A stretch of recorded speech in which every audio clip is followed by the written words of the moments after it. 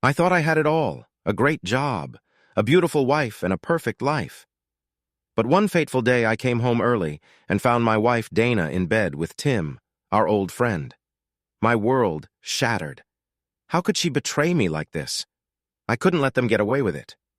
Fueled by rage and heartbreak, I crafted a meticulous plan for revenge. I gathered evidence and exposed their affair to her father, shaking their world to its core. This is my story of betrayal, vengeance, and the cold, hard truth. It's funny how life can change quickly. You can be going along, feeling good, when suddenly everything changes. I was enjoying life when all at once it felt like the wind just stopped blowing. I was stuck, waiting for something to come along and push me in the right direction. That's how I ended up looking for women in a rough area just outside of Washington, D.C. They call it the Block. It's a small area about half a mile wide where you can find many things if you have the money. My bright yellow Mustang GT stood out among all the fancy cars like BMWs and Lexus slowly driving around. My car was loud and powerful, and it made sure everyone noticed it. With its eye-catching paint, it made quite the statement. As I looked out from my tinted windows, I felt sick seeing the women and other things around me. How did I get here? I wasn't doing so badly. I was just feeling heartbroken, lonely, and desperate. Common problems for someone who just got divorced. My name is Jason Burton. I work as the Chief Operations Officer for Navarro Logistics. I'm not a model. I'm just a regular guy. I'm average height and weight. And while I'm not ugly, I don't really catch people's attention either. So, with a decent job, a hopeful future, and a nice personality, why am I out here looking for trouble? Honestly, I'm still trying to figure that out. Back in my last year of college, I met Dana Navarro. Her dad, Kurt Navarro, used to play baseball and then went into business. Dana was tall and pretty, and she knew it too. Her family had more money than some small countries, so school was just a fun time for her. I was working hard, getting top grades and juggling 2 jobs just to get by. Dana was out partying, barely managing to pass. She was almost kicked out of school because of one class, Mr. McQueen's accounting class. Mr. McQueen was a tough teacher, but expected hard work. You either put in the effort and did well, or you failed, no matter who you were. He didn't care much for rich kids who thought they could get by on looks and money. For our final project, my best friend Tom and I were teamed up with Dana. Tom complained about it, saying she wouldn't help but would still take all the credit. But as we worked on the project, Dana and I somehow connected. She seemed to like me, but I didn't understand why. I thought she was just being nice to get through the project and would go back to her life after it was finished. In the end, even Mr. McQueen was impressed with our work. He saw us studying hard together late into the night. We got an A, which raised Dana's grade to a D. To celebrate, Tom and I went out drinking. At night, we drank more than usual. The next morning, I woke up feeling awful. I didn't have classes that day, so I just wanted to stay in bed. Luckily, I didn't have to be at work until the afternoon. At 9 a.m., I thought someone was banging on my head, but it was just someone knocking on the door. I looked through the peephole and saw it was Dana. I opened the door and she came in. I was still in my boxers and a t-shirt when she noticed. "Where were you last night?" she asked. "I called you at least 10 times and left messages. You could have called me back," she said harshly. "Tom and I went out to celebrate finishing the project," I explained. "If I was out, I couldn't check my phone." "Why don't you forward messages to your phone?" she asked. "That's not easy," I started to reply. "It's not hard, I could help you," she said. "Dana, it's really hard to forward messages if you don't have a cell phone," I said. "So what happened? Did Mr. McQueen change our grade?" "Well, no," she said, looking down. "Do you want a copy of the project for your portfolio?" I asked. "Does it have to be about the project for us to talk?" She snapped. I put my hands over my ears and fell back on the couch. The pain in my head made it hard to think. Dana leaned over, looking at me with a face I had never seen before, one that looked concerned. "Are you okay?" she asked. "I have a terrible headache," I told her. "Okay, let's go get coffee," she said. "Fine, just please don't talk so loud," I replied. I got out of bed and walked towards the door. Jason," Dana said. "Yes," I replied, looking at her. "Clothes," she said, talking to me like I was a little kid. So I got dressed and we headed to a cafe nearby. I ordered a hot black coffee with extra sugar. Dana chose a fluffy drink with caramel, cinnamon, and a cherry on top. As we sipped our drinks, she looked so nice that I would have done anything for her at that moment. If I had known back then that those 2 cups of coffee would lead to lies, a breakup, tricks, and a lot of drama, I probably would have run out of that cafe really fast. "Okay, Dana." "What do you need?" I asked, taking a sip of my hot coffee. I was starting to feel better with some caffeine in me. "I don't understand," she said seriously. "What do you need from me?" I asked again. "I still don't understand," she replied, looking more serious. "Why did you call me last night?" I asked, trying to keep it simple.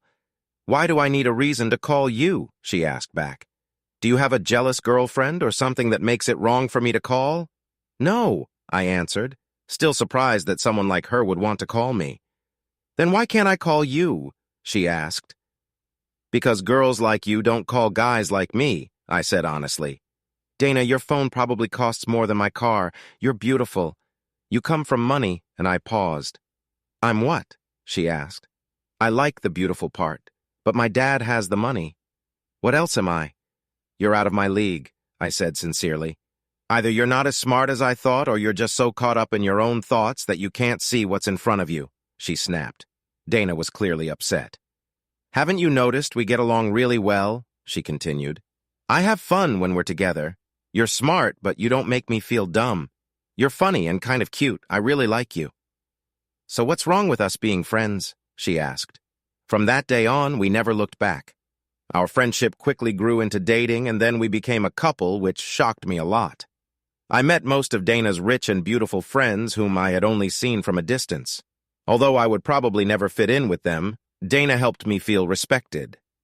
About a month before we graduated, I finally met her dad. He took us out for dinner mainly to meet me. Dana had gone through a number of boyfriends, so when she settled down, he paid attention. I was impressed by him. I thought he would be just an old athlete with leftover money, but he was a strong businessman with clear goals. He asked me to come in for a meeting before I accepted any job offers after graduation. I ended up working for Navarro right after school, and at first it was really hard. I didn't understand why, but Kurt had a plan for me. I guess I had made a bigger impression than I thought. Fresh out of school, I started at Navarro Logistics, but my job was not what I expected. I was a midnight shift truck loader, the lowest position there. I felt like my career was going nowhere, but it was a paycheck about what I would earn as a new salesman or account manager, so I decided to stick with it for a while because I didn't want to upset Dana's dad. Dana, on the other hand, was angry. She called her dad every day, upset that I had to load trucks with my business degree. She also complained that my night shifts made it hard for us to date. After a few weeks, I became the best truck loader at our place. I could tell how to stack boxes better to fit more on a truck. The format often gave me important loads to stack and praised me to his boss. One night while I was working, I got a new partner, a guy I'd never seen before. He was fast, and I couldn't see his face well because he wore a hat that covered it. As we loaded, he asked me, "Why do you plan so much about where to put things instead of just tossing them in and moving on? You could be quicker and help the company." "I'm pretty fast already," I replied. "Oh, I see," he said. "You work just fast enough to stay ahead, but not so fast that you wear yourself out. That's smart." "That's not really it," I said. He looked confused. "What's the costliest thing to ship?" I asked him. He thought for a moment and said, "Probably heavy metal parts." "Nope," I answered. He thought again and finally said, "Okay, I give up." "Air," I told him, and he looked even more confused. "The more I fit on a truck, the fewer trucks we need to pay for. Any empty space on a truck costs the company more than the few seconds it takes me to fill it," I explained. We finished the load quietly. I thought I had given him something to think about. After that, I worked alone since we were assigned to different trucks. When my shift ended, I was told to go to the office. My boss handed me a stack of papers and told me he would miss me. I felt upset because I knew Dana would be angry, but I had tried my best. On the bright side, I figured I could go out and find a real job. As I looked through the paper, it hit me. I hadn't been fired. I had been promoted, and it was a big promotion. I jumped over several jobs to become the loading dock manager. Now I was above not only my old foreman, but also his boss, the loading dock supervisor. I would be doing this new job at another place across town, and it was during the day. I drove to Dana's apartment to share the good news, but she wasn't home. I didn't feel comfortable in her apartment alone, so I decided to go back home and get some sleep. As I got into my car, I noticed another car pull up in front of the building. Dana got out and kissed a guy. I was stunned and didn't know how to react, so I just sat there. Eventually, I went home and went to bed. It was Friday morning and I needed to get used to the day shift, so I took a quick nap and woke up around noon. I went out and got a haircut. I had received a bonus from my new job, so I bought a couple of suits that would match my new position. Until then, I used to finish work at 8 a.m., sleep until about 4, and then Dana and I would hang out. We usually spent time together from 4 until I had to go to work. There were many days when Dana would climb into bed with me and surprise me in the morning, so around 3:30 when my cell phone rang, I knew it was her. I just let the call go to voicemail along with the others. I called my friend Tom and made plans to go out for drinks that evening. I had one more stop to make before heading home. Less than an hour later, I was taken into an office that was bigger than my apartment. "Mr. Navarro, thanks for coming," I started. "First, I want to say thank you for the promotion." I added, "But I'm confused about it." "You're wondering if I promoted you because of my daughter?" he asked. That had crossed my mind, I admitted.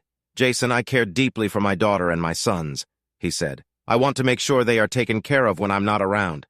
To do that, I need to know my business is in good hands." He walked over to a framed picture of Dana. "Do you see my daughter running my business?" he asked. "She could learn," I replied. "She's smart and good with people." "You sound like someone in love," he said, "but you only mentioned her good traits. Her brothers are much worse. I saw how you helped my daughter with her accounting class. You saved me a lot of trouble," he continued. "Professor McQueen is a tough man, but you helped her succeed, and she cares for you, too." He paused, thinking for a moment. "My daughter likes you, and she probably wants to marry you. But I wanted to know more about you myself," he said. "So instead of giving you an easy, quick job, I put you in a tough spot. I wanted you to learn my business from the bottom up. I put you through hard work, and you still came out shining," he said. "What you told me last night showed me that you understand things even better than I hoped." "When did we talk last night?" I asked, confused. "When we loaded that truck together," he said, revealing a hat he had worn to hide himself. "For the last 3 weeks, I've heard about how great you were doing," he said. "I wanted to see it myself. I sometimes help out with loading trucks to remember where I started.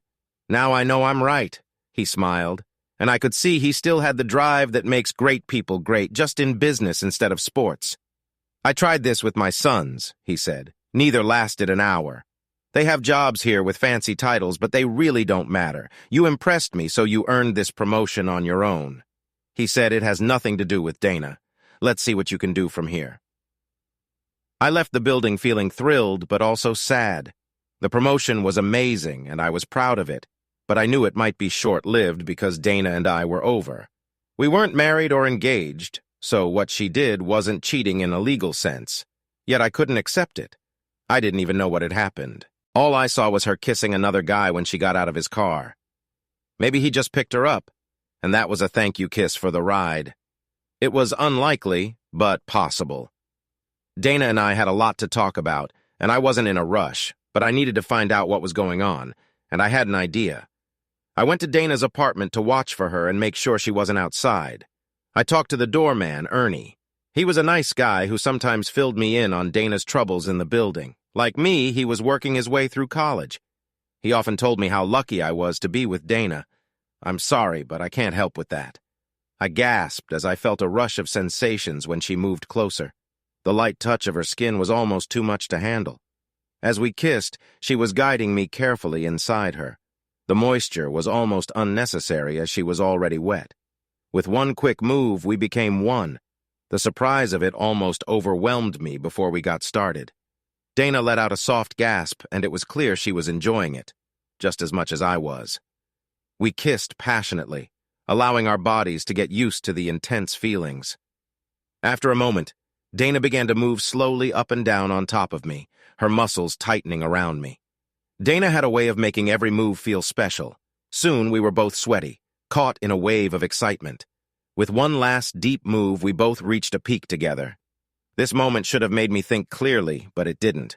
I never found out if Dana was being honest about her faithfulness, but I loved her so much that I wanted to trust her. Dana needed to be the center of attention, and when she didn't get that, she would act out. 2 days later, I started my new job while Dana found ways to enjoy my new paycheck. The new work schedule meant we could spend more time together, and we forgot about our earlier bump in the road. In my mind, I felt like I had won a prize, waiting to wake up from this dream, but I wasn't complaining while things were good. At work, everything went perfectly. Over the next few months, I improved the loading process, making it faster and saving the company money. Almost as soon as I settled into my office, I got another promotion. Some people said I was moving up because I was dating Dana, but those who knew me understood it was my hard work. I started dropping by with Kurt, my old boss, to load trucks and remember where I began. It helped keep me humble. A few weeks ago, I had worked alongside Kurt, who complained that since I had made the loading system digital, anyone could do it as well as I used to. "You've taken away the skill," he said. "Yeah, but you're making a lot more money," I replied. As we continued working, I shared my idea about making the routing system digital too. Right now, we were using lots of maps and papers. I believed that if we computerized it, it would help us work better and save even more money. After an hour of talking, Kurt told me to go for it. At Thanksgiving, I broke Kurt's usual rule about not talking business during dinner. I explained my idea about starting a new company for truck rentals. We always bought trucks, but selling them after reaching a certain mileage. I suggested that with a couple of my co-workers, we make a new company called Navarro Truck Rentals to earn more from our vehicles. Kurt loved it and wanted to know who my partners were. He said we could start after checking their backgrounds, but he wanted me to still be with the main company. "You don't need to check them," I said. "Who are they?" he joked. "Jesus and Moses." "No," I laughed. "You'd still want to check them." "Then who?" he asked seriously. "George and Kurt Jr.," I replied. The mood got more serious and we answered Kurt's questions quickly. He thought it was a good idea and would review our plan after the holiday. I could tell he was excited and liked the idea of his sons being involved. The highlight of that Thanksgiving dinner was Dana's big news. She and I were engaged. Everything seemed perfect. My career was thriving and I was in love with a wonderful woman. We got married, bought a house, took trips, and enjoyed life together. About 7 years later, everything changed. I had just returned from a work trip to Chicago. I wasn't supposed to be home until Friday, but I surprised Dana by coming back on Thursday. As I drove into our driveway, I noticed an unfamiliar car. I thought maybe Dana had a friend over. Great. I wanted to spend time with her, and now there was someone else there. As I walked up the stairs, I heard a man's voice say, "Take it! You know you want it!" Then I heard a woman's response. Oh, I recognized that voice too well and my heart dropped. I threw open the door to the guest room and saw Tim Pritchett, a guy from school with Dana. At first, I was too shocked to react. When Pritchett noticed me, his eyes widened in surprise and he started making excuses. "It's not what it looks like, Jason," he stammered. But as soon as Dana heard my name, she screamed. That snapped me out of my shock and I sprang into action. I grabbed Pritchett by the neck and pulled him off the bed. I hit him in the face and then pushed his head into the wall. I heard something crack. Then I dragged him down the stairs by one leg and kicked him out my front door, and he was still naked. After closing the door, I went back upstairs. Dana was still sleeping on the bed. She smelled terrible, like beer or cheap liquor. I wasn't sure which. I couldn't believe she was asleep while I was dealing with her boyfriend. I packed a suitcase for her and went downstairs to put it in her car. But her Lexus wasn't in the driveway or garage. I went back inside and found Pritchett's keys in his coat. I stuffed Dana's suitcase in the trunk of his car. As I started to go back in, I saw Pritchett hiding in my bushes looking upset. When I walked toward him, he ran off, but I caught him easily and turned him to face me. I was glad the hedges were there. I didn't want anyone seeing me with a crying, naked man. "Please don't hit me again, I'm sorry," he cried.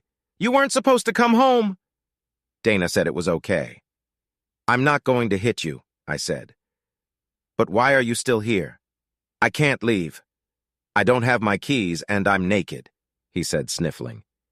"What would you do to get your keys back?" I asked. "I'll do anything," he replied. "Stay right there," I told him. I went upstairs and got my new camcorder.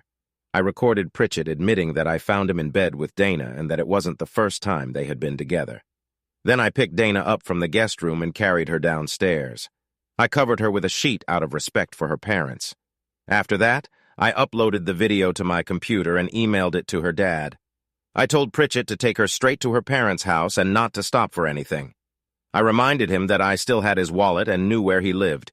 Then I gave him back his keys and watched him drive away.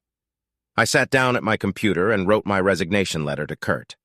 I copied a couple of others that relied on me, including my brothers-in-law. After that, I called Tom and went out for a beer. On Friday morning, things got crazy before I even woke up.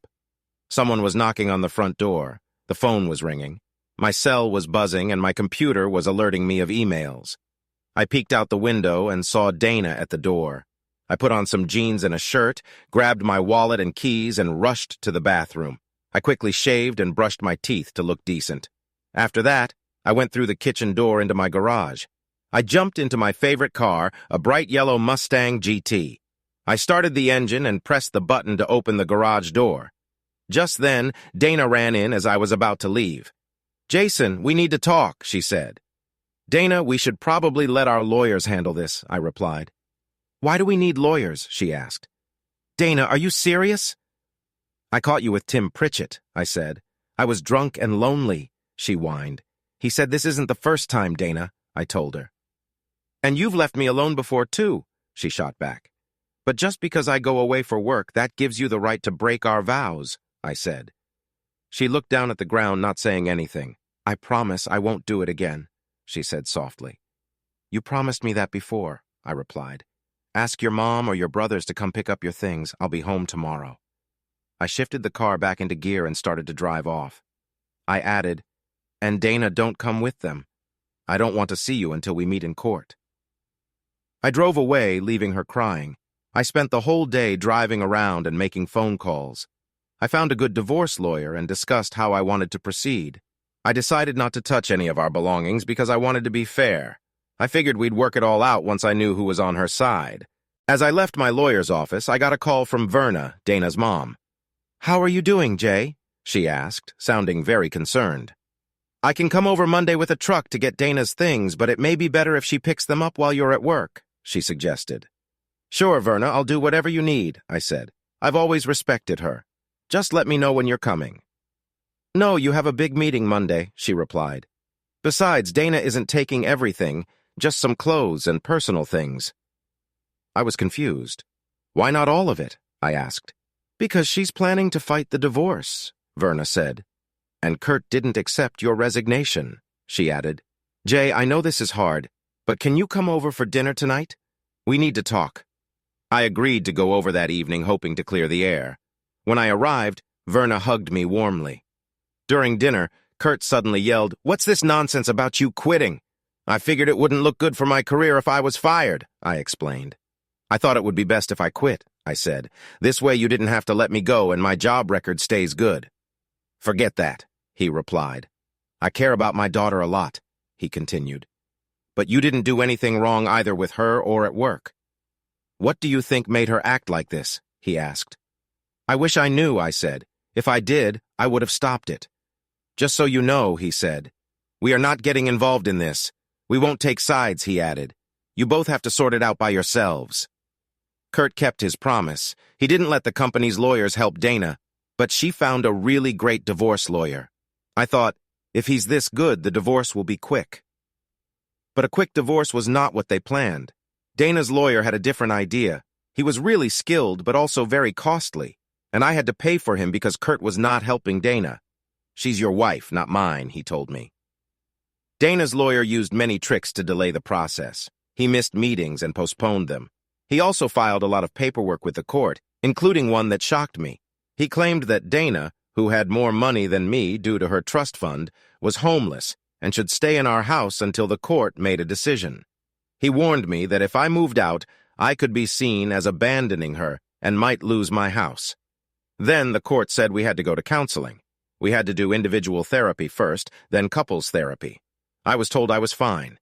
Dana had many troubles, including drinking too much and feeling bad about herself, always needing attention.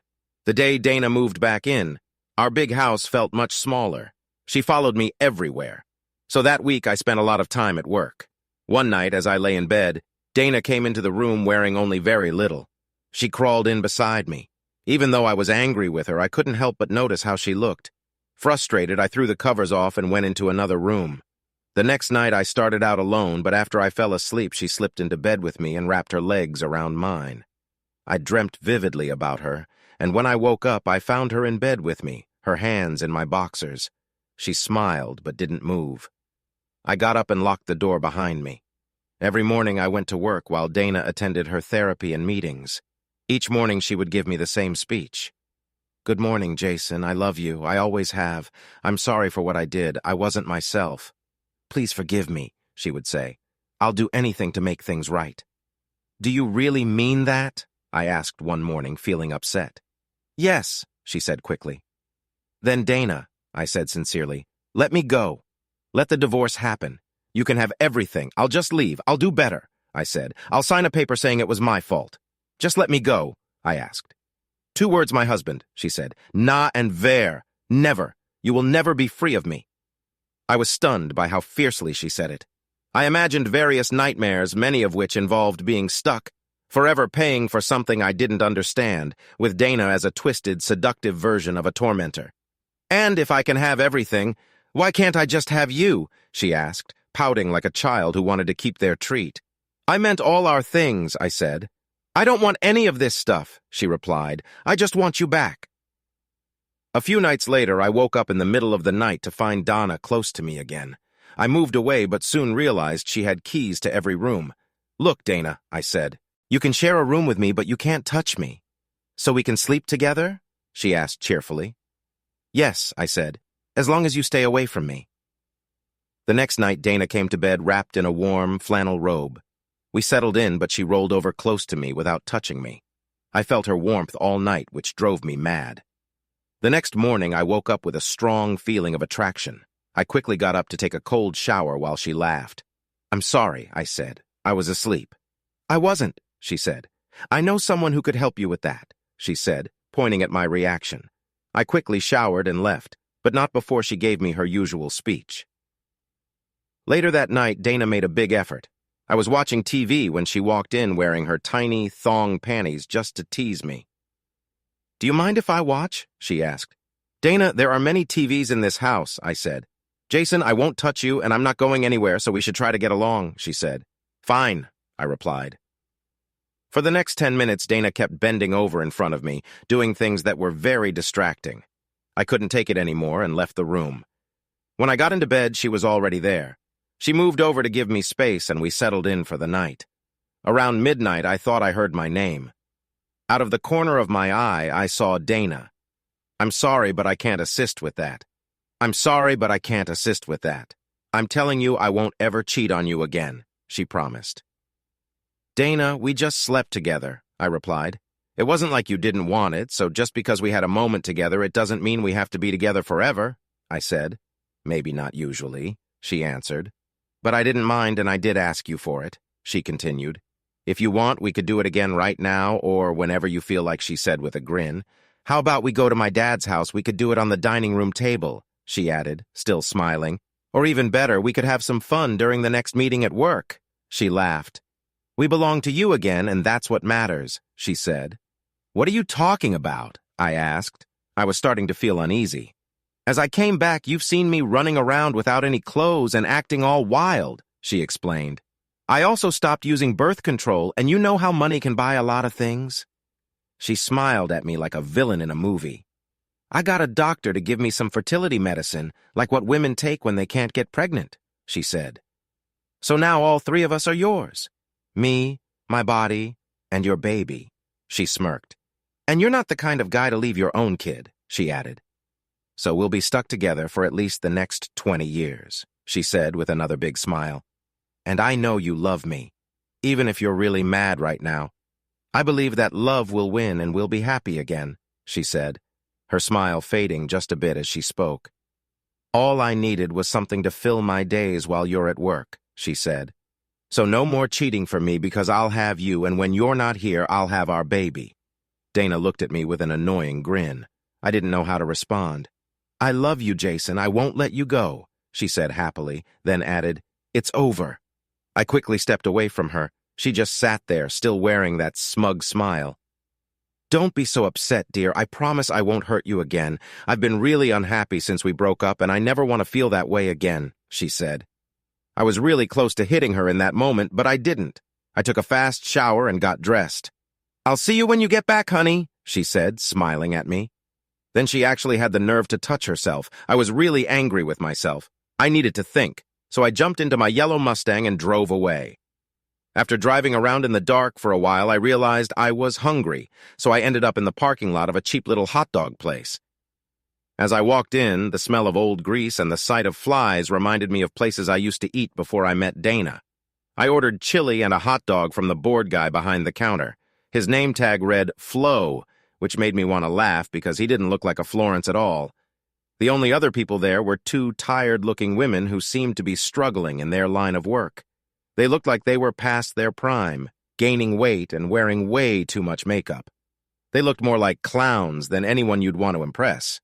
To be honest, at that moment, I'd rather spend time with one of them than be with Dana again. As the women were leaving, they glanced at me. "Sorry, ladies, my soon-to-be ex-wife took all my money in the divorce," I said. "Well, I could give you a freebie since money isn't a problem," said the taller one. "Yeah, but she still has my pride," I joked. They shrugged and walked off into the night. Suddenly, I heard a loud, roaring engine pull into the lot. I briefly thought someone was trying to steal my car, but then I saw the headlights shine right next to me. It was a weird coincidence, I thought. A guy came into the restaurant scanning the place like he was looking for trouble. He had a tough look in his eyes, like someone who has seen a lot in life. He sat near me even though there were plenty of empty tables. He called out to the guy behind the counter. "2 hot dogs with everything in pickles," he ordered before sitting down. "The pickles are great," he said when he noticed me staring. "What model?" I asked. "08 charcoal gray GT, he replied. "06 screaming yellow GT, I said back. "I like your color," he said. "Sometimes I wish I had yours. It's hard to hide in a bright yellow Mustang," I admitted. "Hiding sounds nice right now," he said. "Yeah, but we can't run forever," I began, "just like our cars." "How's that?" he asked as the cook handed him his bag of food. "Well, look at the front. There's that horse, the running pony," I explained. "That horse is a symbol of freedom, right?" I continued. "But if you look at the horse, it isn't running away," I said while looking at him. "That little pony is charging right into the action, and that's who we are," I added. "So whoever they are," I paused. "Be like that Mustang, run straight at them and give it your all." I noticed he sat up a bit straighter than when he first arrived, and he revved his engine loudly as he left the parking lot. I took off not long after he did. My words echoed in my mind. Hiding from my problems would not get me anywhere. I had to face them, so I knew I needed to go to Dana like she was a challenge. I wouldn't let her control my life. I had to find out if she was pregnant. If she was, it meant I was tied to her for at least 20 years. I had read about how kids from divorced homes could turn out, and I didn't want that for my child.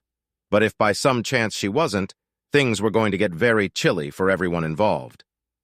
As I drove through the dim morning streets in the area called the Block, I saw many things. I saw what I first thought were women, but they weren't. Then I saw things that didn't look like women, but they were. I came across hundreds of workers on the street. Some looked fresh like college girls sneaking out of their dorms. Others looked so lost in drugs that they might not make it through the night.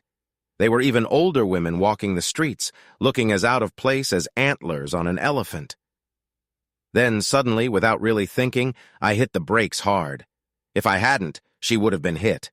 I was probably going 40 in a 25 miles per hour zone.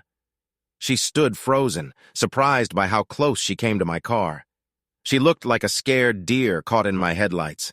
She seemed about 20 or 22, maybe even younger, and she was stunning. It was hard to tell if she knew how beautiful she was or didn't care.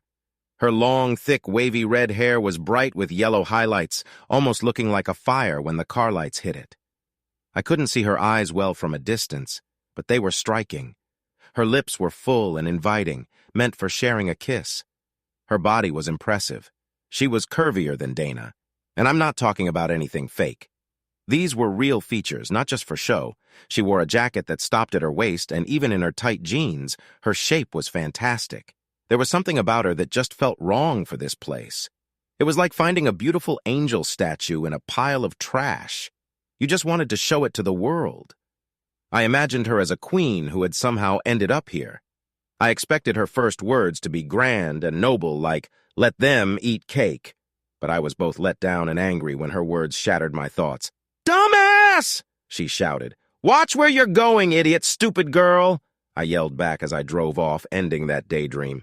I spent the next few hours driving around and returned home as the sun rose. I went upstairs and found Dana in the bedroom. She hadn't done much since I left.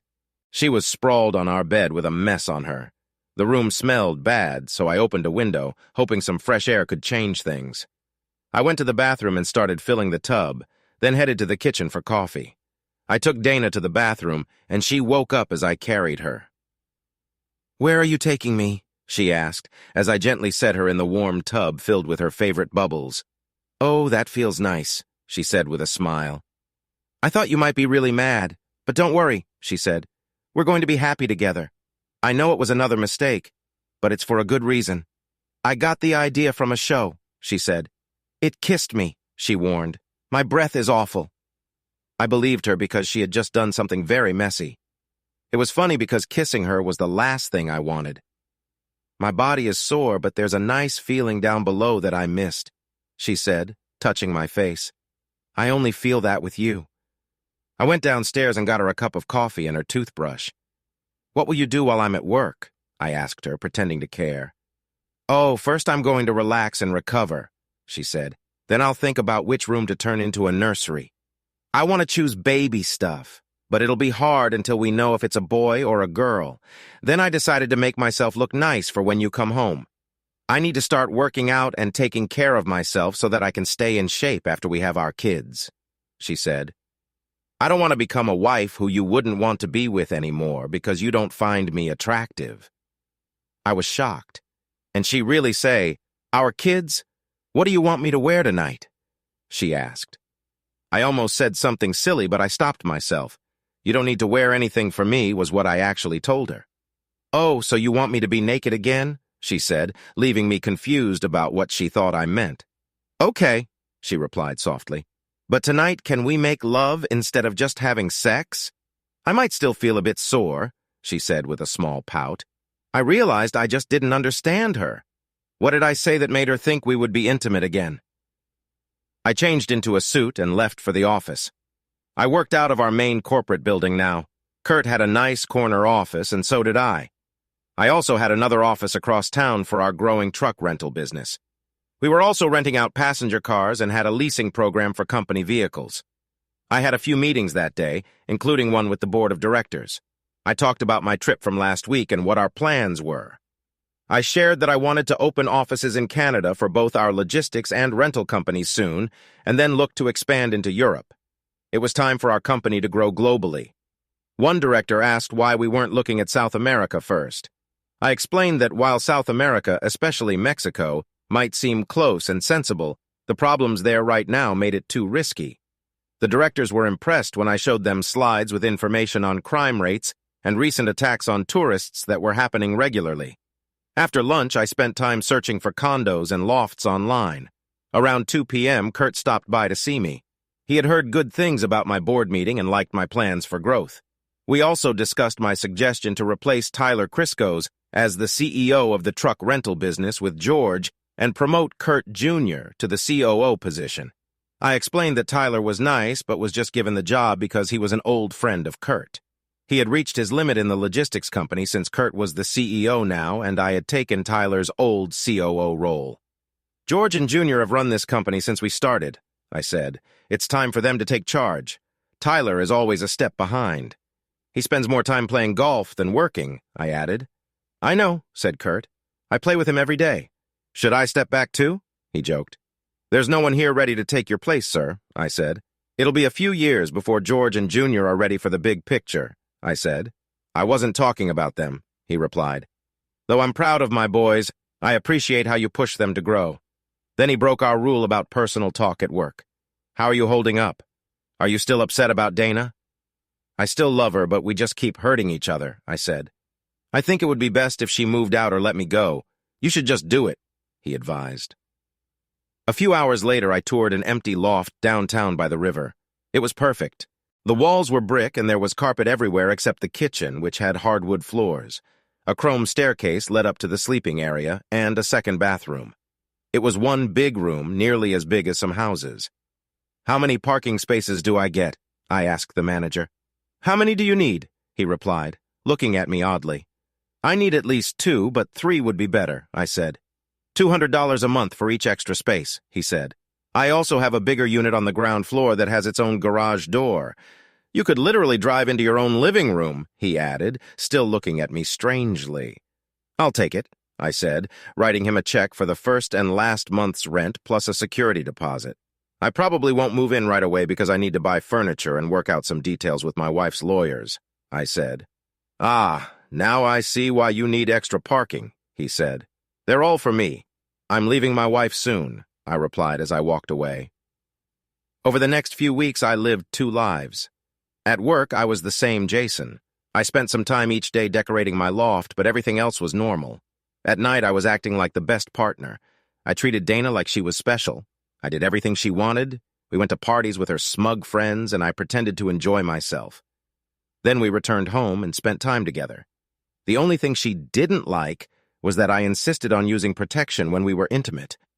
I told her I wouldn't be without it until we were sure she hadn't caught anything from Tim. We didn't want to put the baby at risk by spreading germs between us.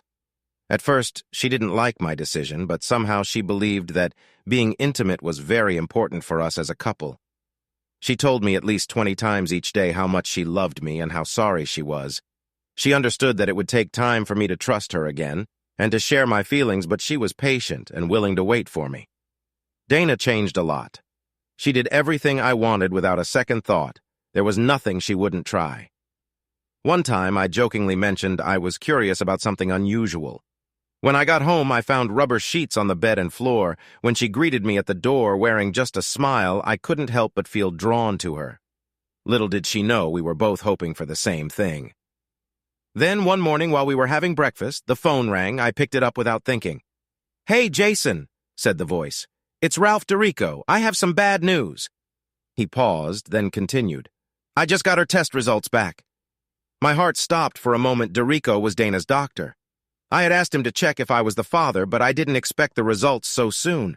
I was secretly hoping the baby might be someone else's. "He'll just have to try again," he said, "but at least you're both healthy." "What?" I replied, feeling confused. I guess he thought I was angry or upset. "Look, it's not the end of the world," he said. "Donna isn't pregnant. You can still try again." I hung up and looked at Dana as she ate her breakfast. She was beautiful, but just like a pretty flower, she had hidden dangers. I thought, why not one more time? Dana knew I liked looking at her, so she often kept the house warm and walked around almost without clothes. She was tall and slim with a perfect figure. I took the toast from her hand, stood her up, and pulled her clothes, lifting her onto the kitchen counter. She wrapped her legs around me and we kissed. I loved kissing her neck. It drove her wild. I could tell she was getting excited. I didn't make her wait long. I grabbed a condom from my robe. "Come on, I'm ready," she said. Just a moment later, we were together. Dana always enjoyed being close, but lately it felt like she wanted it all the time. Sometimes I thought I couldn't keep up. She had read that many women feel more desire when they might be pregnant, and I think she believed she was having a baby. We even picked out names, Kurt for a boy and Verna for a girl. That morning was special to say the least. I left Dana smiling on the kitchen floor with a happy look on her face. "That was so good," she called to me as I stepped into the shower. "We'll need more condoms," she said, her voice carrying over the water. "No, we won't," I called back. "Do you want to try something different?" she asked. "I didn't really like it, but I'm willing to try again if you want." "Not today," I said as I got dressed. "Why don't we need more?" she wondered. "Those were both healthy," I replied. "Was that the doctor on the phone?" she asked as I grabbed my briefcase. "Yes," I said. "Oh, so we can be together without protection," she said, a playful smile on her face. I looked deep into her eyes and said, "That's not why I'm happy." I kissed her deeply, making her breathless. "Take the day off and be with me more," she said, her voice filled with longing. "I can't," I told her. "I have a meeting." Well, I know someone who will, she said teasingly. Tell Tim to enjoy it, I replied. She looked hurt. I haven't seen Tim or anyone else since, she said, leaving out the part about being caught with him. We're starting our family now, she insisted. Maybe this isn't how you wanted it, but it's our new beginning. You have to admit the last 3 weeks have been great. I love you so much. Let's forget the past, she continued. The future is about us and our baby. That's why I had to play all those games with you, she said. I knew you still loved me and it wasn't really hard. Every guy I've met always wanted something from me, but you're the only one I want, she continued. I regret tricking you, but we're happy again now. I promise I won't do it again. Dana, if every guy wants you, then you don't really need me, I said with a smile. What are you talking about? She replied. And I have a question for you. If the doctor said we don't have any diseases, why did you use condoms? She asked. Because I wanted to be safe and you're not pregnant, I said. Dana's face fell as I walked out the door. That was 8 months ago, and I'm still very careful. Dana sometimes comes to my work and talks about getting back together or how much she misses me. She makes it clear that even though we're divorced, she feels we still belong to each other. My divorce happened a while back, and I've been living a quiet life ever since. I go to work and stay there most of the time, then go home to sleep and shower before heading back. That's my routine every day. Even Kurt has told me to take a break. After he heard what Dana did, he was lost for words. I found myself trying to explain why I thought she acted that way. Some single and divorced women at work have tried to introduce me to friends or family they think would be perfect for me. I refuse to date or even be friends with any women, but lately the loneliness has hit me hard. My mood got worse, and I kept thinking about the adult movies I owned. I was craving something, even if it was just a one-night thing. I didn't want to go to an escort service because I didn't want any records of it. If I was going to do this, it needed to be quick, cheap, and simple. That's how I ended up on the street.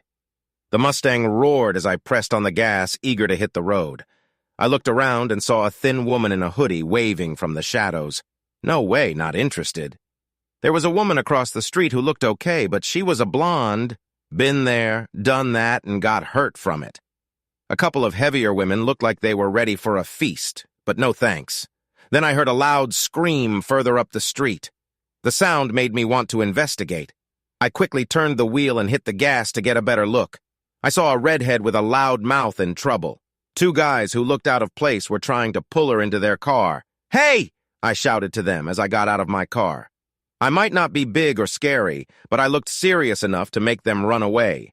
When they let her go, she stumbled to the ground.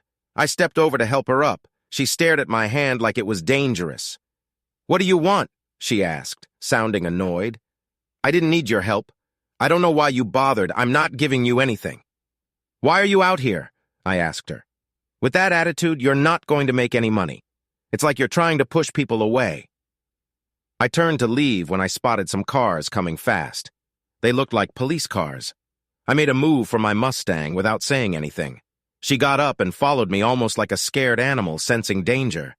As I closed my door, I looked at her and opened the passenger door. She got in and we sped away, kicking up dirt behind us. I kept my eyes on the road and on the rearview mirror. Never enough. Just a few blocks later, police cars lit up the street behind us. "How did you know? Are you a cop?" she asked, eyeing me with suspicion. "I didn't ask you for anything. I'm not a cop," I said, hoping that would end it. "Then why are you here?" she pressed. "You don't look like someone who needs to pick up a woman, so that means—" She hugged her jacket tighter and moved away slightly. "So that means what?" I asked, curious. "It means you're looking for something that a normal girl can't do," she said. "I should have guessed. The good-looking ones are usually the biggest freaks. I don't do anything strange, so you might as well just let me out right here." "What do you do?" I asked. "You can't have done much since you still look okay. Except for your bad attitude, you don't seem to belong here either. Why are you asking so many questions? Are you a reporter or something? Just pull this car over and let me out," she shouted. "Or else what?" I replied sharply. The only sound in the car was the rumble of the Mustang's engine as I sped down the ramp onto the freeway. In moments, we were going close to 100 miles an hour. I didn't have to worry much about police since they were probably busy dealing with other problems back there. I noticed she looked scared with what was happening, so I decided to add to her fear a bit. If you behave, you might just make it through this, I said. Her amazing green eyes showed real fear. I thought to myself that people with bad attitudes sometimes just needed a little scare, but then I felt guilty. Maybe her attitude was just a way to protect herself. Life on the streets must have been tough. 20 minutes later, I reached into the glove box and took out my remote control. She flinched as my hand got close to her legs. Why would she be scared? Something felt off. As we got to my building, I pressed a button on the remote and the garage door opened. We drove inside and the door started to close behind us. I parked my Mustang next to my red Jeep. Then I got out and opened her door. The fans turned on to warm up my loft, a feature that activated whenever the garage door opened. I preferred driving right into my living room instead of using the inside door. I stepped onto the soft carpet and held her hand, pulling her in with me. She looked around the loft, curious about everything. "Okay, what do you want from me?" she asked quietly. "I just need a simple business deal," I said. "Isn't that why you were out there?" "What I want might be different from what you're used to, but I promise to pay you fairly. You might even like it." I watched her as I spoke. She sat on the edge of one of my leather sofas looking nervous. Something I said seemed to affect her, but I didn't know how. Suddenly she was crying and pleading. "Oh, please, just let me go. I'm not really a prostitute. I just thought I could earn some quick money to eat. I'll never go back out there. Please let me go," she cried. I started laughing and almost fell off my couch. But then I looked at her again. Her beautiful red hair fell in lovely waves around her shoulders. Her eyes, even filled with fear, were captivating. I wanted to hug her and say everything would be all right. But I hesitated, unsure of how she would respond. "Look at you, acting tough," I said with a smirk. "Now you seem more like a scared little girl." "I'm not a little girl," she shot back. "I'm 23, and I've been on my own for a while, and yes, I am a prostitute." She looked like she was trying to take pride in it or maybe feel ashamed. Then she reached into her pocket and pulled out 2 small papers. One was a faded driver's license from Michigan, showing she had just turned 23. The other was a ticket for solicitation from just 2 days ago. What a birthday, I thought. "So how did you get caught?" I asked her, genuinely curious, but before she could answer, I heard a loud, growling noise. Not from me, those hot dogs I had weren't that bad. "Come on into the kitchen," I said, gently reaching for her. She was still scared, but maybe my tone told her I wouldn't hurt her. She took my hand and I led her to the kitchen. I wasn't much of a cook, but I could grill a good steak and toss a salad now and then. I opened a cabinet full of soup cans and pulled out my favorite sirloin burger. After pouring it into a bowl and putting it in the microwave, I got a soda from the fridge and set it in front of her. When the timer beeped, I handed her the bowl and a spoon. "Sorry, that's all I have for now," I said. She nodded and started eating. She finished the whole bowl and looked satisfied, but didn't say anything. It was clear I had to take the next step. "I don't have any clothes for you, but if you want to take a bath or shower, I can lend you some of my things," I suggested softly. "Then we can talk and you can tell me more about yourself." "Oh, I see what you're doing," she snapped. "You think I just want to get clean so you can check me out while I'm naked, then do something terrible. You're really disgusting. But I want you to know this won't be easy for you. I will fight you with everything I have. You might think you'll get what you want in the end, but it's not going to be what you think. Just because I work in a certain way doesn't mean you can hold me against my will." I didn't respond. I just laughed. I jumped up and ran to my car to grab the remote. There was also a switch on the wall that could open the doors, but I decided to keep that a secret for now. I gave the remote to her. "All right, Miss P, you have the remote. Just push the button and leave. I don't want to hurt you. I told you earlier, I want to make a deal. That means I say what I want. Then we talk about the price until we agree on something that's fair for both of us. If we can't agree, we both walk away." I took the remote back from her and pressed the button myself. The door began to open and I said, "You know how to get out." As cool night air came in, I noticed the temperature drop and the big heaters turned on. She looked outside and I could tell she didn't know what to do. "Please go," I said. "You're letting all the cold in." She shivered in her jacket and moved toward the door. "Are you really just going to let me leave?" she asked. "Can you hurry?" I responded. "It takes longer to warm this place up if the door stays open." She quickly walked to the door and glanced back at me. I had turned on my big TV and was starting a movie. I noticed her looking at me as the door started to close. It had been an interesting evening, and honestly, I had experienced worse. 5 minutes later, I was enjoying my movie and really getting into it. The sound system was on, and I wondered why I didn't do things just for fun more often. No wonder people thought I was a bit unstable. I didn't have much of a life. I was so busy trying to get Dana out of my mind that I'd forgotten how to enjoy myself. Suddenly, I heard a loud noise. At first, I thought something was wrong with my speakers. I paused the movie and realized the sound continued. Someone was banging on my garage door. I walked slowly to the door and looked through the small glass people. It was the woman with red hair. She was shivering outside. I pressed the button to open the door, and when it opened halfway, she ducked inside and I closed it again. "Do I get to say no if your idea is too strange for me?" she asked, her voice shaky. "What do you mean?" I asked.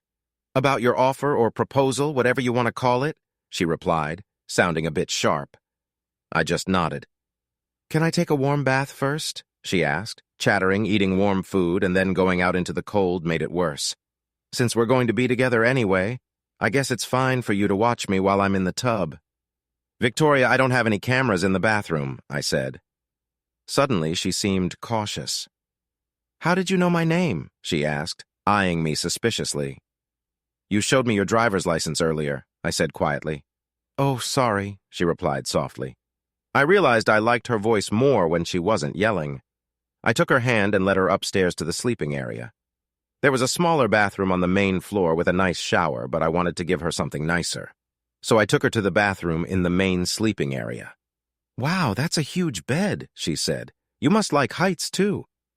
My loft had a big spiral staircase to reach the sleeping area. The walls around the sleeping area were removed, and only a low glass wall kept people from falling. The only spots in the loft where you couldn't be seen were the 2 bathrooms. I took her to the master bathroom and started filling the tub. "Sorry, Victoria, I don't have any nice bath products," I said. She opened her jacket and I noticed something. I understood why her chest moved so much when I almost bumped into her earlier. She wasn't wearing a bra and it looked like she needed one. She began to lift her jacket to cover herself, but then decided against it. "You're going to see anyway," she said, and began to take off her clothes. "Maybe wait to undress until the tub fills up," I suggested gently. "That way I can bring you a robe and slippers later without interrupting you. You probably just need time to set up the cameras," she muttered under her breath. About minutes later, I knocked softly at the door, opened it slightly, and placed a thick robe on a hook inside. I dropped slippers on the floor and closed the door again without going in. I made a few phone calls and left a message at work that I would arrive late, then returned to my movie. About 30 minutes later, I was watching when I noticed Victoria standing at the end of the couch. "Now that's a big TV," she exclaimed. I took off my 3D glasses and tossed them to her. She stepped back from the screen and put them on. She started reaching out for things that weren't there. I knew what she was seeing. There were all sorts of realistic 3D effects in the scene that made it feel like she was really in the jungle.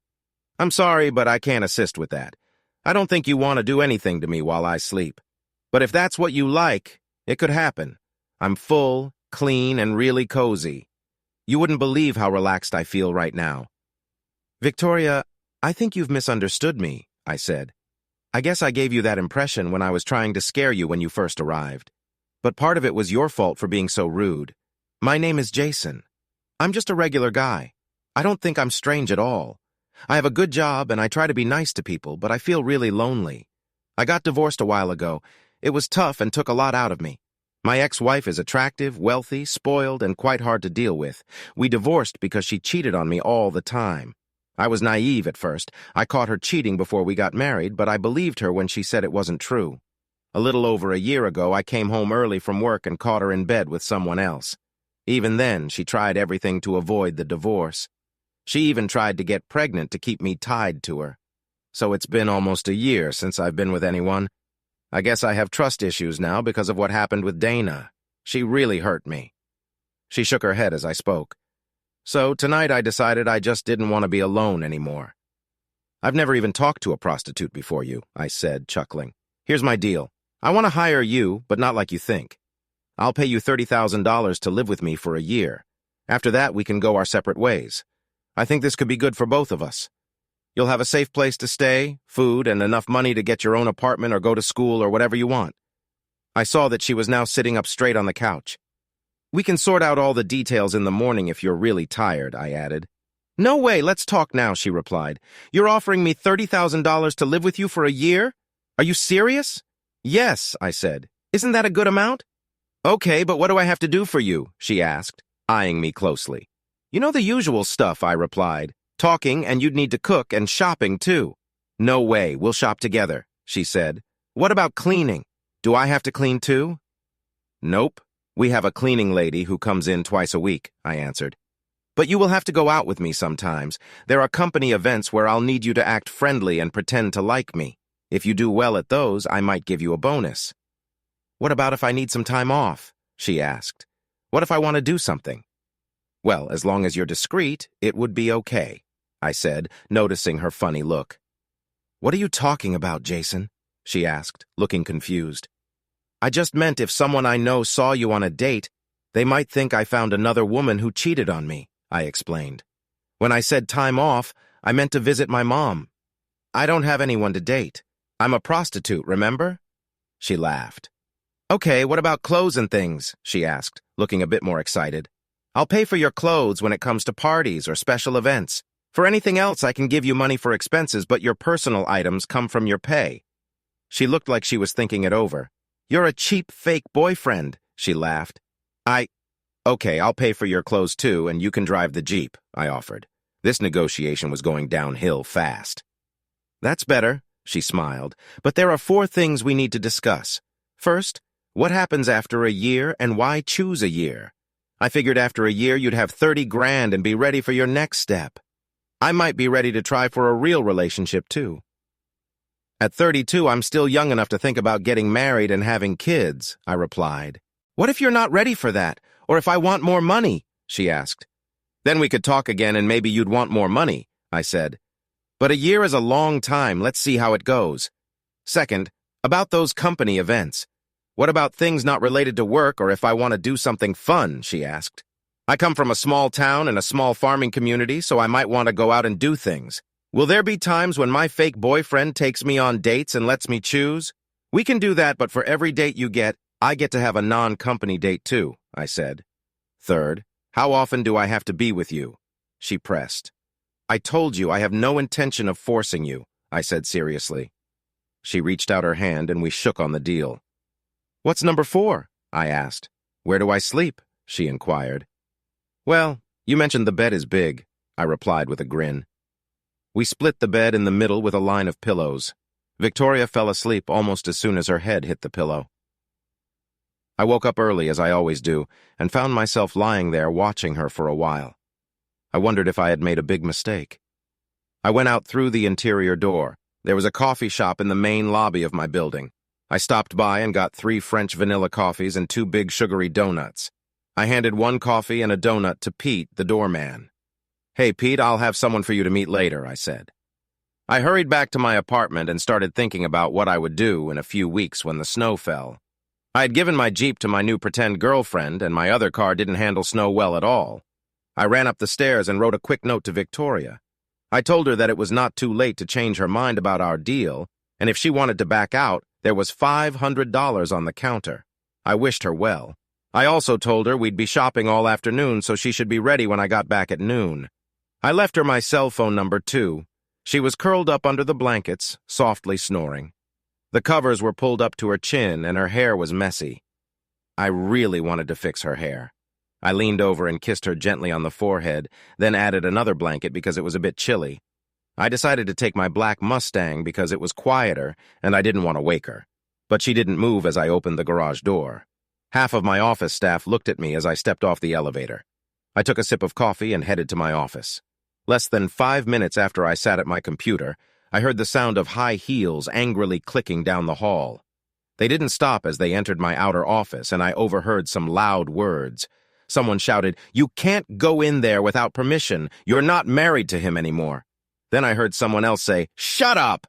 I didn't look up as my door burst open and slammed so hard that the whole room shook. "Good morning, Miss Navarro," I said with a hint of sarcasm. That's not my name, she yelled. My last name is Burton, just like yours. Who the heck is she? She screamed at me. I've let you play your game and get a divorce, but this is too much. I will not put up with you being with someone else. I'm still your wife. Get rid of her today, or I will. She stood there in a long fur coat, glaring at me as I kept my eyes on the screen. I found it strange that Dana knew about Victoria.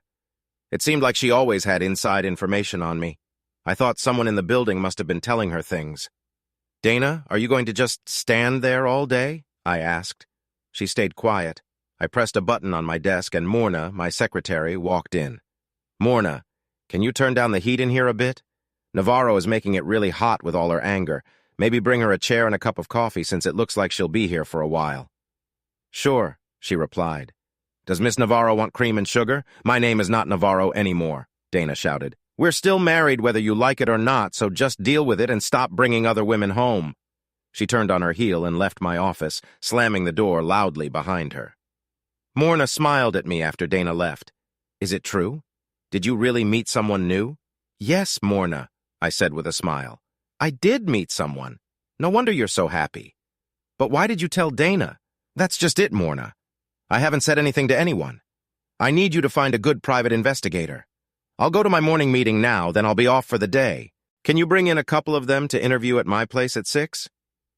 The morning meeting usually was great for me, but today it felt boring. I was excited to get out of there and go home. I hadn't felt this way about leaving work since before I found out Dana was cheating on me. An hour later, after a quick meeting, I opened the garage door and saw her sitting on my couch with her arms crossed. I noticed the fire in her green eyes. She looked upset about something. I wondered what it was about me that made women angry. Hi, I said softly. She suddenly started crying and talking too fast for me to understand. I pulled her close for a hug. She tried to pull back, but I held on till she calmed down. What's wrong, Victoria? I asked. I thought we had a deal, she said. We do, I replied, looking into her eyes. Then why did you leave money on the counter like I'm a joke? She yelled. I had a nice dream where everything was perfect, and then I found your note and the money. Then that awful woman yelled for me outside, so I acted like I wasn't here, she cried. An awful woman, I asked, already knowing the answer. She was wearing a long fur coat and shouting that you didn't need me because you had her. She looked really pretty, so I thought maybe you found someone new. That's why you left me the money, she said, wiping away a tear. Victoria, that was Dana, my wild ex-wife, I replied. I left the money just in case you changed your mind about us. I haven't changed mine. Can we go shopping now? You really need some new clothes. I feel like every time you breathe, you might pop out of that shirt. She looked at me with caution and then followed me to the car. I was a bit confused about what was real and what was a dream, she said. Sorry, I doubted you, she added, as she sat next to me, settling into the soft leather seats of the Mustang. Did you really kiss me goodbye this morning, or was that just a dream? Sorry, that was me, I said. Non-public kisses cost extra, she smirked. I'll keep a tab for you. I've never liked shopping, and I thought today would be the same, but shopping with Victoria was different. She was careful with money and wanted to try on every piece of clothing, modeling each one for me. Before we found the first outfit, we needed to get her some good bras to fit her. We bought her skirts, dresses, pants, jeans, shirts, sweaters, shoes, boots, and of course underwear. She felt shy about going into a lingerie store, so we picked out panties and bras from a regular clothing store. I kept all the receipts and showed them to her when we were finished. The total was just over $4,000. Her eyes widened when she saw the bill. This one's on me, I told her, but you have to pay for the rest of your clothes, except for the ones for work events. I plan to pay you back over the next week, she said. How? I asked, looking at her with doubt. Well, those morning kisses are $500 each, she laughed. I thought by the end of the week we'd be even. Now we had two problems. First, we needed to arrange to have her clothes delivered because my car couldn't hold everything. We left many items in the stores and made a list of which ones we needed to go back to. Most stores didn't offer delivery, so I called Morna to explain and ask her to take care of it. With only a few bags in the Mustang's small back seat and trunk, we headed home. Our second problem was that we didn't have time to get food because we needed to be home by 6, so we decided to eat at a restaurant, which made Victoria smile. "Do you always drive this fast?" she asked as we sped down the freeway. "Pretty much," I replied. We got to the loft just a few minutes before the phone rang. Victoria answered it and told Pete who she was. "Hello," I heard her say. "Hi, Pete, I'm Victoria. His new girlfriend. Yes, he's here, we just got back." She looked at me and I nodded. "Pete, he's expecting you. Send them back." She hung up and smiled at me. I charge extra for answering the phone, too. Then she went upstairs. A short time later, there was a knock at the door. I opened it to let in 2 men and a lovely brunette. The men were not what I expected. When I thought of private investigators, I pictured an old, worn-out person. Instead, one looked like he just came from college, and the other seemed like a businessman. The woman was too pretty to just be sitting in an office listening to tapes of people being unfaithful. When she smiled at me, I smiled back. "Okay, Mr. Burton, we have some information from your assistant, Mrs. Stevenson, but if you don't mind, we'd like to hear more from you," I began. "This morning, my ex-wife visited me. She knows more about me than I'm comfortable with, and I want to know how she found out." The two of them exchanged glances, like people who have worked together for a long time. The nerdy guy looked at the brunette, and she nodded. He then left the loft. A few minutes later, he returned with several cases. He opened them and took out different pieces of equipment. He and the other man started checking the loft. The larger man began in the garage, looking inside and under my cars. The smaller nerdy guy started in the kitchen and worked his way around. The brunette sat comfortably on my sofa, explaining what they were doing. When the men finished their checks, they came back and said my loft and cars were clean. "That gives us another idea," the brunette explained. "You seem sure that your ex doesn't have someone watching you as you came in through your private entrance, but that means she might have a private investigator following you. Then she would know where you go, who you are with, and when." "What can you do about that?" I asked. "We could follow you to try to find out who she hired. We could also look into her finances to track who she's paying to follow you." "Let's do both," I said. "I'll also set up something else and keep you in the loop." I think the brunette was about to say something, but she stopped. The nerdy guy dropped the device he was holding, and it clattered loudly on the floor. "Oh no!" someone said. It felt like all the air had vanished from the room. Victoria was slowly walking down the stairs wearing a dress I didn't see her try on. The color was a rich sea green, and I knew it would match her eyes perfectly. The dress fit her curves nicely, which is why she was moving so carefully. It was cut just below her knees, and it hugged her body. The front of the dress had a low cut that showed off her chest. It had 2 tiny straps holding it up, showing her smooth skin.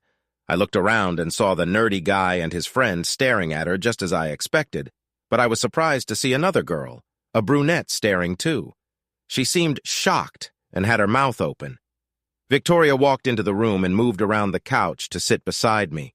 She took my hand and glanced at our guests. I don't think any of them could speak at that moment. I introduced them to her. She stood up to shake the brunette's hand and just waved at the guys. What caught my attention was how different Victoria looked compared to the brunette. The brunette was taller, but she seemed thinner next to Victoria.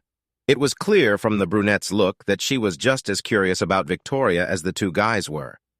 "We'll contact you soon and we'll start our work tomorrow," said the brunette as they got up to leave. Once the door closed, Victoria turned to me and asked, "How did I do? Was it okay for my first time pretending to be your girlfriend?" "Where did you get that dress?" I asked. "You bought it for me earlier today. I wanted to surprise you, so I didn't try it on. I thought it would fit since we got pants and a skirt from the same designer, but it doesn't fit quite right." "Should we return it?" she asked. "No way, don't even think about returning that dress," I replied. She stood up, looking at me as if I were silly. Then she turned around to show me. "It's fine in the front, but it's a bit tight across my backside." I saw in the bathroom mirror that my underwear showed, so I had to take them off because it was too snug. She stood there as if I could magically make the dress bigger or change her body. I would never do either. But her facing me in that dress was distracting. While I was still looking, she turned her head and gave me a look with those big green eyes. I realized I liked her a lot, but this could easily turn complicated. In the following weeks, Rhea, short for Victoria, and I got used to living together. There were ups and downs, but having her around made my life so much better. It was even better than my best times with Dana. Our first little fight was about her hair. I made an appointment for her to get her hair styled and told the stylist not to cut it or change how it was styled. Her hair was perfect as it was. Rhea was not happy with that plan. She thought the blonde streaks made her look more interesting. But after a few days, she agreed it didn't matter much. And if I liked it, she was okay with it too. Another issue was how we slept. I had promised not to pressure her, as she put it, but I found it hard to stick to that promise, especially since after a few weeks she didn't think the pillows between us were needed anymore. There were many mornings when I woke up with her leg over mine or not even knowing how we ended up so close. It was clear our relationship was changing more than we had agreed. I didn't realize she felt the same way until she called me at work one morning. My assistant always put her calls straight through, no matter what. Unfortunately, I was arguing with Dana at that moment about a party we were planning for Kurt and Verna's anniversary. I hit the speakerphone button and Rhea's voice came through. "You left without kissing me goodbye this morning," she said, sounding upset.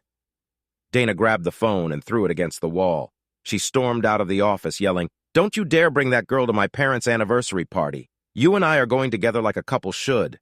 She slammed the door behind her. I thought Rhea sounded calm as I tried to call her back. I didn't know then that Rhea could get just as mad as Dana. When I got home, I expected to find Rhea relaxed at home. Instead, she was pacing in the living room. As soon as I got close, she started yelling at me. "Jason, what is this?"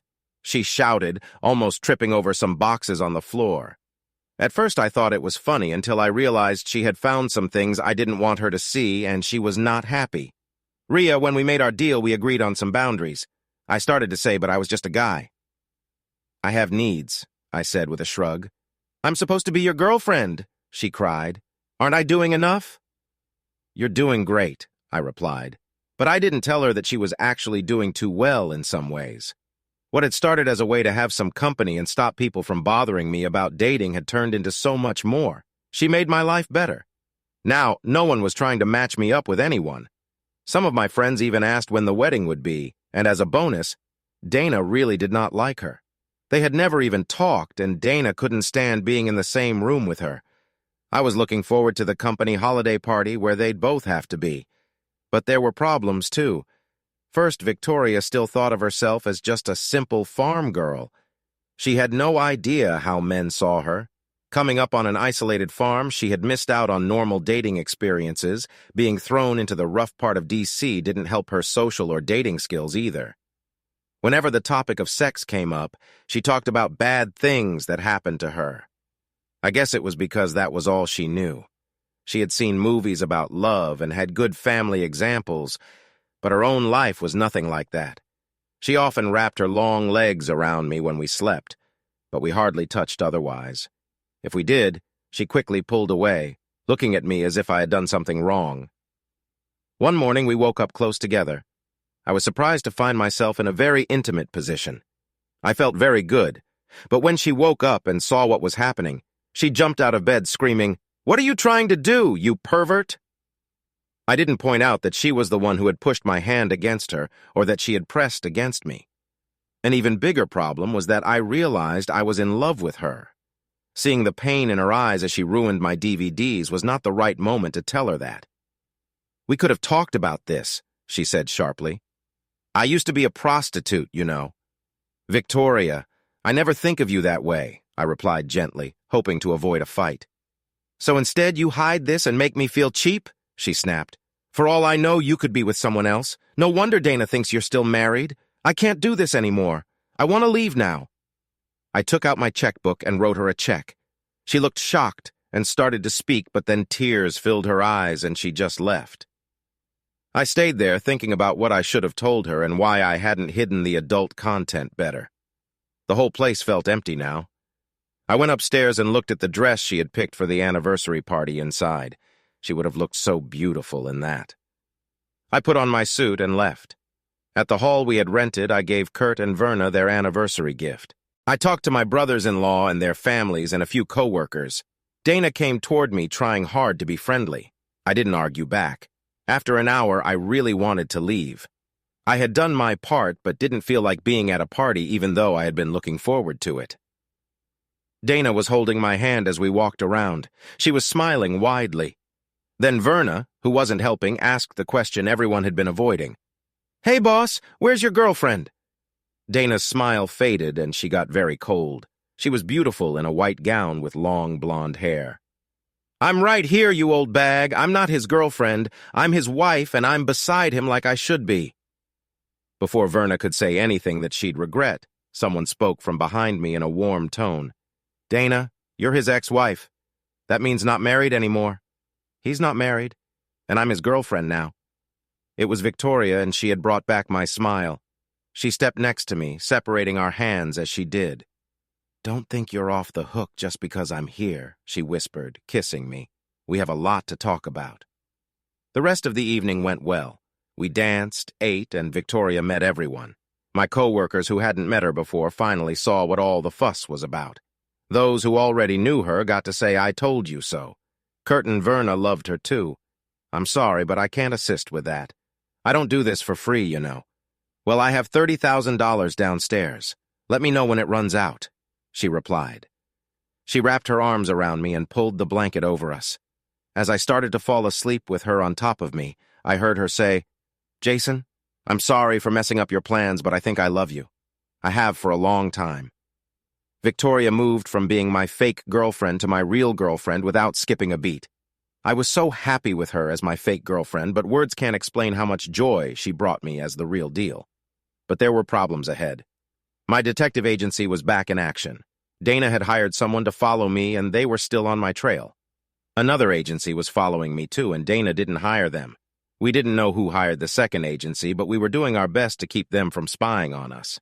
It was almost funny how much effort we put into just having a quiet night out. Someone would take one of my cars to throw off the enemy private investigators, while Rhea and I took a beat-up rental car in the opposite direction. Outside of the loft, we had little privacy. Rhea often just went shopping without worries. She thought they were after me, and that she didn't matter. One day I came home to find Rhea crying on the sofa with her bags packed. I jumped out of the car and ran to her. "Rhea, what's wrong?" I asked. "I have to leave," she said through her tears. "I need to get far away from you. I haven't bought anything bad." I said. She pulled me close and kissed me. "Jason, always remember that I really love you. That's why I'm leaving." "No, Rhea, you're not leaving," I said firmly. "Sit down and tell me what's going on." A man approached me at the market. He knew my name and everything she said, sniffling. He knew about my past, too, and he said he'd tell everyone all your friends and colleagues would know. "You'd be laughed at and your name would be ruined, all because of me," she cried. He said the only way to fix it was for me to sleep with him. She sniffled. "I thought about saying yes because I do anything for you, Jason. But when it was time, I just couldn't do it.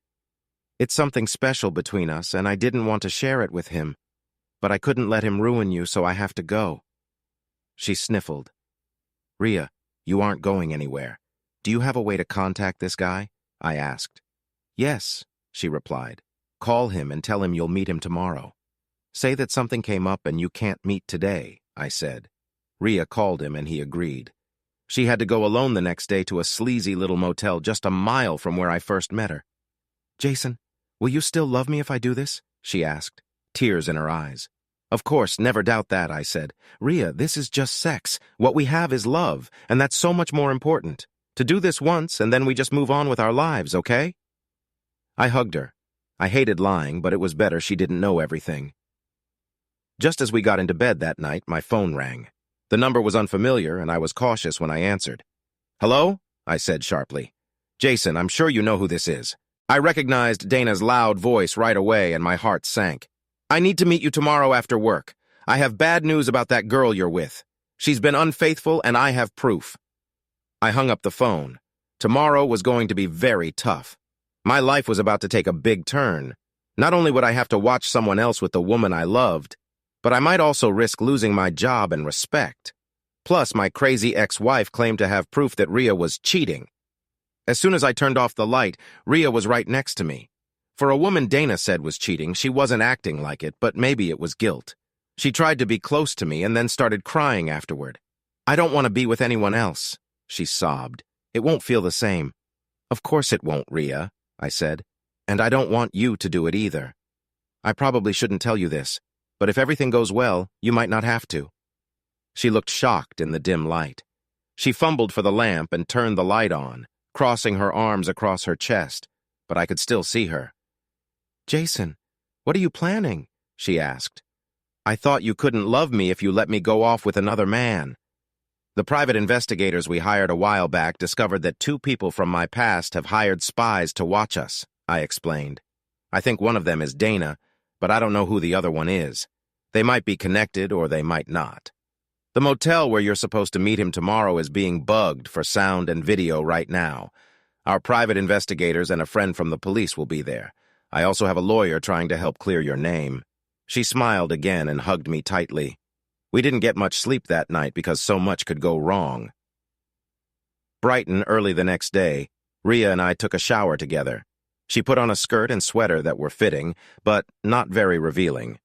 I knew this would be frustrating for the person trying to control her. It would feel like a long wait that would never end for him. I knew where she needed to go, but I couldn't go with her because she was supposed to go alone. So I left about 20 minutes before she did and drove over in a van with our private investigation company. Our investigators found out that his team would be watching the area to make sure she really came by herself. They would probably check the room for hidden cameras and listening devices, but the truth was, his team wasn't as good as mine. We had many hidden devices set up that couldn't be found until they were turned on, and they wouldn't turn on until Rhea entered the room. Some furniture also had built-in cameras that wouldn't be noticed. There were cameras hidden in both the microwave and the TV, and 2 more in the ceiling fan. We managed to find the signal he used to talk to his team, and we were ready to block it so he couldn't be warned when we made our move. Rhea walked up the steps, thinking she was alone, but in reality she was surrounded by people working for me or her unknown stalker. As she got close to the room, a man stepped out and scanned her with a long stick that didn't touch her. She's clean and wow, she looks great, he said into the room. Rhea carefully entered the room, and the man walked back down the stairs. Inside the van, I was really nervous. Suddenly, the video screen turned on, and I could see and hear everything in the room. Sally Kincaid, the female investigator from the agency I hired, told me to calm down. She said it would all be over soon. He's not going to hurt her. He just wants a blackmailer. She said, this has to do with you. His team has been in touch with your ex-wife's team, so maybe there's some kind of shared hatred. When she said that, I started to guess who it was. Inside the motel, my fears were confirmed when Tim Pritchett appeared on the screen. I'm going to take him down this time, I said, feeling tense. Wait until he says something useful for police, Sally replied. Why am I here? Rhea asked on the screen. You're here by choice, said Pritchett. It's a simple deal. You give me what I want and I won't ruin your boyfriend's life by telling everyone about your past. I told you to come alone, but honestly, I wish you had brought him. It would be better if he was here watching me. You're blackmailing me, Rhea responded. That's one way to look at it, Pritchett said, but I think you'll enjoy this. Jason's wife did. Brian is probably used to me being with his women. When he finds out, he just gives them up and gets a divorce. You won't even need a divorce. That was too much for me. I jumped out of the van. Start the blocker quickly, I heard Sally shout. I rushed up the stairs without anyone stopping me. I kicked open the door just in time to see Rhea dodging around a couch chased by Tim Pritchett. It took you long enough, she smiled. I thought I'd have to run out of here. Jason, Pritchett screamed, his voice rising like a teenager's when he saw me. I know, Tim, I said, just like you told me last time. It's not what I think, right? Before he could answer, I punched him in the mouth. Rhea then kicked him in the stomach. Just as she got ready to do more, we heard heavy steps coming up the stairs. Is that him? Asked a big man leaning over Pritchett, who was curled up on the floor. Why is he on the floor? He was chasing Rhea, and then he admitted he was trying to blackmail her. He fell and hit himself on her foot as I came in, I said. Officer Nelson looked at Pritchett, who was still moaning. Why is his mouth bleeding? He must have hit it when he fell, I replied. Pritchett was too busy and pained to say anything. Nelson called for an ambulance. The rest of us, Victoria, Sally, and the other agents, went to the station. The district attorney wasn't happy about the situation and the way we got our evidence. Most of it was illegal, and couldn't be used in court. My lawyer quickly smoothed things over by explaining that after my first divorce caused by my wife cheating with Tim Pritchett, I had trust issues. I fell in love with Victoria, but then suspected her of cheating. So I hired Sally's agency to get proof, and when we followed her today, we discovered the blackmail and had proof. We didn't know what to do, so we asked a cop friend for help, and he came and arrested Tim, who seemed to enjoy ruining my relationships while being married himself. By the time we left almost 3 hours later, Pritchett was charged with blackmail, attempted extortion, and other crimes. The private investigation firm he hired was in trouble. All their workers were going to lose their licenses because they helped with something illegal. The district attorney was also going to clear Ria's record. "I'll still be with you," she whispered to me. After everything Ria had been through, I didn't want to tell her about Dana and what she said. I felt like it was all lies. If I had to choose between Ria, who was trying to change her life, and a wealthy girl who cheated, I would trust Ria more. I loved her. So I told Ria I needed to go to work for a bit and asked her to get ready because we were going to celebrate later. I asked Dana to meet me at my office to show me what she had. Mina looked at me like I was up to no good as she let Dana into my office. "Jason, I'm so happy you want to talk," Dana said cheerfully. "Soon this bad part of your life will be over and we can start a family. Just say what you need to say, Dana," I told her coldly. "I was supposed to have a video of Ria cheating, but my source didn't deliver," she explained. "You might not want to hear this, but she was cheating on you with Tim Pritchett. I don't have the video, but I have something else that's just as bad. Look at this." She pulled out a paper showing Ria's citation for suspected solicitation. An idea popped into my head. This doesn't prove anything. It just shows she was caught in the area during an arrest. They didn't catch her doing anything, I said with a smile, glancing at Dana. "You already knew about this, didn't you, Jason?" Dana asked. "The idea of her being like that excites you, doesn't it? It brings out the wild side of you that we used to share before we divorced." She looked surprised, but I could tell she was intrigued too. "I can be like that much better than she can, Jason. I can be everything you want," Dana said. "I don't know Dana," I replied with doubt. "Just give me one chance," she begged. "I'll do anything." I told Dana how to dress and where to meet me. She was smiling as she left my office. "Maina, did you hear all that?" I asked, knowing the intercom light had been on since Dana walked in. "You might as well come with me to see how this ends." I called Nelson again to tell him what was happening. With a collar like the one from earlier, he could easily become a detective. I drove back to the first warehouse where I worked for Dana's dad. I got 2 of our truck loaders to help out. They were great guys, but I chose them because of how they looked. Steve was a big, quiet guy who was loading trucks to pay for college. Eric was Cuban and looked tough, but he was a family man. I promised them $500 each for what they thought would be a joke. I also called the local newspaper and told them about a prostitution ring in the area. The editor wasn't interested. He said there was so much of that in the area it kept the city safe from trouble. I told him this ring was different because it involved the wives and daughters of important business people and politicians. I insisted he should send a photographer giving him a specific street. I suggested that if he didn't get pictures within 2 hours, he would only waste some time. But it could be a big story. 40 minutes later, Mina, Ria, and I watched from the tinted windows of my car. Dana stood in front of the same old shop where I first met Ria. She had her long blonde hair and 2 braids, wearing high heels and a very short skirt. It was clear she wasn't wearing underwear. "Ria, how does it feel to be back in this area?" I asked her. Before she could respond, I pointed to the news van already filming. They didn't know who Dana was yet, but they would soon recognize her from charity events. My bright yellow Mustang turned the corner and slowly moved toward Dana. She quickly walked over to the car and leaned inside as the window rolled down. She must have been surprised to see someone else driving. Later, she would be even more shocked to see the news footage of herself. As soon as she heard a police car arriving, she stood up straight, and the photographers got great shots of her face. Eric had sped away, leaving tire marks, knowing Nelson wouldn't chase him. Dana was arrested for indecent exposure, bad behavior, and solicitation. An hour later, Mina, Ria, and I were having dinner when Dana called, asking for help to get her out. She insisted it was all a misunderstanding and tried to blame me. Kurt didn't seem surprised. He just helped her out and told her to go away on a long vacation. Later, Kurt and Verna talked to me. They wanted to know how much of Dana's story was true. I always told Kurt the truth. so I told him I did it just to stop Dana from bothering me. I also said Dana tried to get me to get rid of Rhea because she thought I would listen to her. That was because Dana had been arrested before for something she did. I have 2 questions for you, Kurt said, giving me a serious look. He was like a father to me, so I knew I needed to pay attention. First question, he started. Did she really have an arrest record? Yes, I said. Verna came over and sat next to him. I think I mentioned before that I really liked Verna. She was the best woman I had ever known. I just wished her daughter had been more like her. If she had been, I think I would still be married. So she was really a prostitute, he asked, struggling a bit to say that word. Well, yes, sir, I replied. Second question, he said. Do you love her? This time I didn't hesitate at all. Yes, sir, I do, I said. I realized I loved Rhea much more than I ever loved Dana. Then you know what you need to do, he said seriously. I'll start making plans right away. I understand why it has to happen, but I'd rather resign than be fired, I said.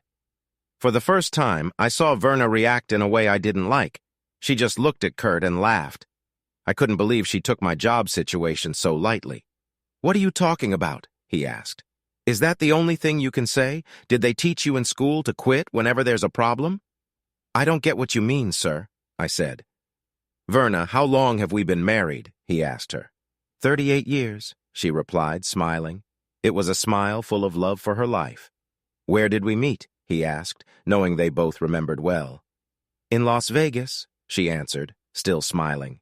And where in Las Vegas? He asked, looking at me this time. At the Bunny Ranch, she said. I worked there. And no, Jason, I didn't wait tables or serve drinks. I was a prostitute. So, sir, what are you saying I should do? I asked. 3 days later, in a ceremony with Kurt, Verna, Kurt Jr., and his wife George, and his wife, my friend Tom, Detective Nelson, Sally, and about 50 people from work, I married Victoria. Dana had to come too, but she did not look happy about it. Hey, audience, if you liked this video and want to keep up with more thrilling stories, make sure to subscribe to Prince Cheating Tales and hit the notification bell. You don't want to miss out on our upcoming adventures. Thanks for watching, and we'll see you in the next wonderful story.